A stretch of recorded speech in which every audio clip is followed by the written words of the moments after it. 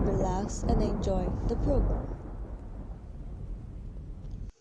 Welcome, listeners. You are listening to Tea Talk Show. Sit back, relax, and enjoy the program. Hello, good evening, and welcome to another episode on the education segment of Tea Talk Show. I am Sanusi Rebecca Titilayo, and I'm so happy and really excited to be live on the program today. I'm so happy to have everyone here. If this is your very first time of joining me live on the program, you are welcome, and I'm so happy to have you. You do me a favor by introducing yourself on the program for proper recognition. I would like to know you. I would like to greet you. I would like to mention your name on the program today. Yes, today we will be looking at how to communicate your ideas to the world, and of course I will be having Brendan from Canada as we discuss this topic together. And of course, because it's the education segment, we'll be helping you with new words and vocabularies that will help improve you. You know, you need to learn. Your vocabularies really need to get better, and that is why all through the month of December we are going to attach new words and vocabularies to every of our program, and today will not be an exception. So please, if you're live with me, like I said, you're welcome. I'm so happy to have you, and I would love you to introduce yourself on the program today for proper recognition. Okay, we'll take a short break now. My guest is already ready to discuss with us on this topic, so we'll take a short break now. Be right back, and I'll be live with my guest. There's no time to waste. We need to go to get to serious business. Are you just joining us on the program? You are welcome, and you're presently live on Tea Talk Show. Sit back, relax, and enjoy the remaining parts of today's program. Are you just joining us on the program? You are welcome, and you're presently live on Tea Talk Show. Sit back, relax, and enjoy the remaining parts of today's program. Okay, listeners, I have Brendan on the program. Brendan, I'm so happy to have Brendan on the program because he's the founder of Master Talk, a YouTube channel. He started it with the aim of helping purpose-driven entrepreneur on how to master their message and how to share their ideas to the world. I'm so privileged to have him on the program today. Brendan, you are welcome to the program. Of course, Rebecca. Thanks for having me. It's great to be here. Okay, can you say hello to my listeners out there? Of course, it's great to see everyone. Thanks for having me. Okay. We are discussing communicating your ideas to the world. How do ideas come? How do I know that I have an idea that should be communicated to the world? Absolutely. So this idea of communicating ideas to the world, Rebecca, simply means that if you have something worth sharing, whether it's a new business, a new idea, or even it's a recipe, something small, Okay. I want my YouTube channel to be the vehicle that allows you to share your ideas with the world, the vehicle that allows you to say, oh, these are the tools that I need to make my message and the way that I communicate that message more effective. Okay. So do you think all ideas needs to be communicated to the world? Do you think every idea that comes needs to be communicated? Oh, that's an interesting question. In my opinion, I think yes, and the reason I think it's yes is because even if the idea is bad, we can have conversations around those ideas. And without bad ideas, you can't really come up with new ones or great ones. And I also think it's wrong that most people get to choose which ideas are right and which ones are wrong, which is also not true, because a lot of the best ideas are often bad at the beginning. I mean, take Airbnb or Uber or all of these big companies today. A lot of people thought they were crazy 10 years ago, and that's the norm. That's what's normal today. So yeah, my advice for people is if you have an idea worth sharing, it doesn't really matter what the idea is, as long as it's helping somebody else, I would share it. Okay, listeners, just like Brendan said, ensure that no ideas is too small to be communicated. As far as it's going to help people out there, feel free to communicate your ideas to the world. Okay, so how do I go about communicating it? Because, for example, we have people out there who are shy, who feel shy to say something, to let people know what they are doing. What's the help you want to render to them? Yeah, absolutely. For me, Rebecca, being shy is completely normal. When I was getting started, I went to a French education system because I grew up in Montreal, and my Okay. parents looked at it and said, "You need to go to French school, man," because I Okay. needed to learn the language. So I was giving presentations in a language I didn't even know, Wow. right? So I struggled a lot for most of Mm. my life. So the advice I Wow. give people, especially those who are shy, is to Mm. understand your strength. And your Okay. strength Mm. is that you're a better listener, that Okay. you're much better at pausing than an Okay. extrovert, and that you're a lot less polarizing as a speaker. What that means, Rebecca, is nobody really hates on shy speakers. If you Okay. take somebody like Tony Robbins or Gary Vaynerchuk, they're very Mm. loud people, Okay. right? So not many people like them. But if you take like a Brene Brown or a Susan Cain, it's a lot easier to find them interesting, and not many Mm. people hate them as much.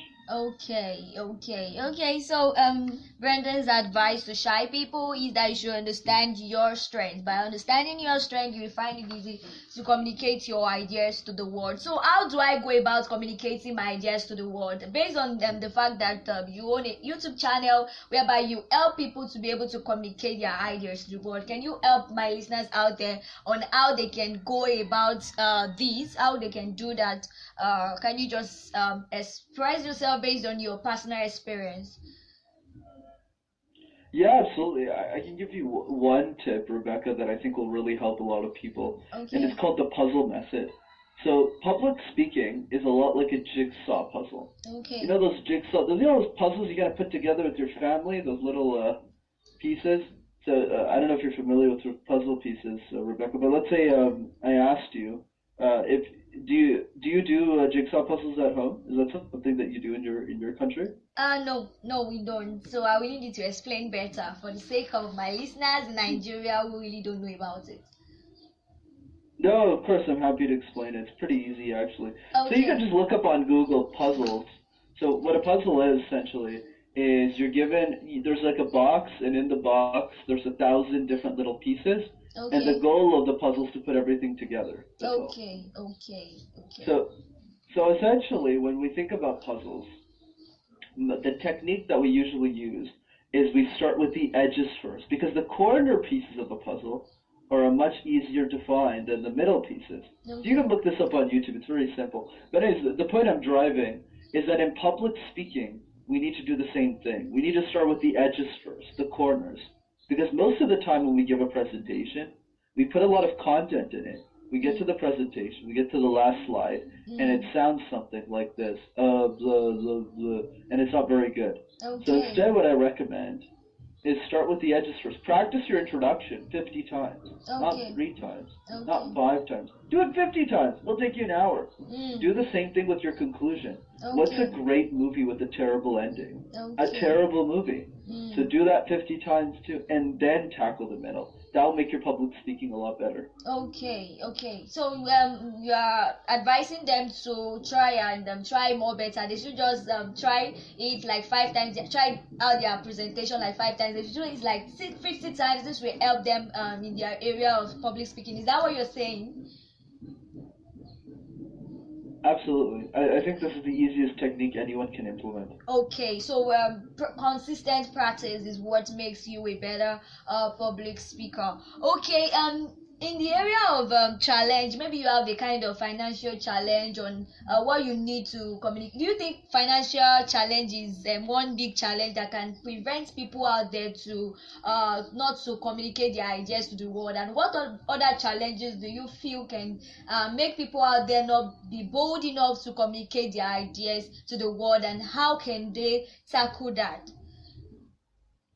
Yeah, I think for me, Rebecca, from my experience, the biggest fear is the fear of judgment, of what other people think of them and their ideas. And my advice to those people is, look, the fear will always be there, Okay. right? The fear of sharing your message, the fear of putting your ideas up will always be there. But the difference is that the people who end up sharing it, who end up making a big difference in the world, like Martin Luther King or Barack Obama or really anyone else in the world, is that the fear loses to the message.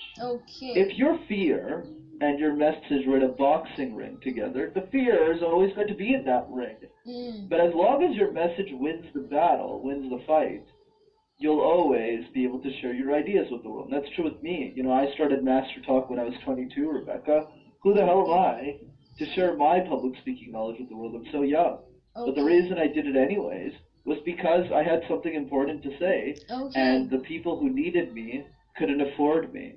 So I needed to start making videos for the world, and that's what ended up happening for me. Okay. So, like you said, one major thing that challenge that people face is the fear of judgment. So what's your advice to listeners out there on how to tackle judgments? What's your advice? Yeah, the advice is the following question that I'd love for all of you to answer for yourselves. And the question is, how would the world change if you were an incredible speaker? That's something to think about. Yeah, that's something to think about. How will the world change? Okay, when you withholding your ideas. Okay, is there any help? Is there any way you feel you can? Okay, there's this question that I want to ask on these sharing ideas to the world. How do I start up with sharing my ideas to the world?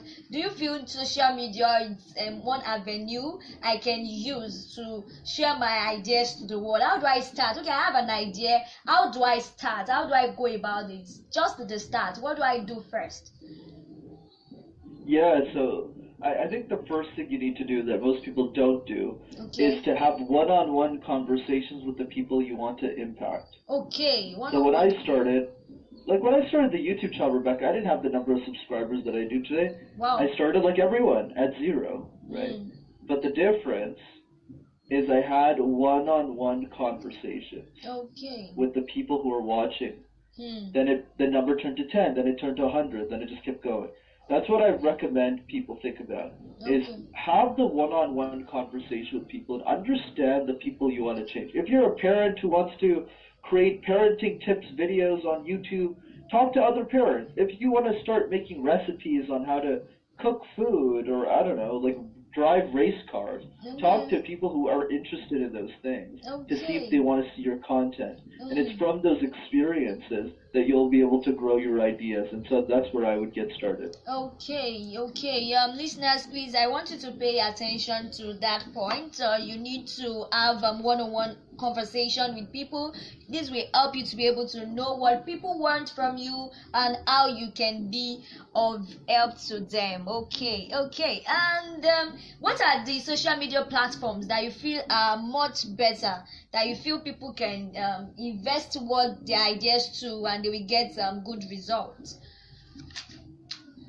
Right. My general idea on this, Rebecca, is that if you're not trying to create content for 10 years, I don't think you should create content at all, because it's very difficult to keep going. And it's only the people who do it for a long time that become successful. So in my opinion, I think out of all the social media platforms, YouTube is probably the best one, because people can go back and watch your old videos. So even today, like my most popular video that I made a year ago, there's still hundreds of people every day who go and watch it. So that would be my advice, is to get really serious on YouTube and get focused on one platform, do really well in that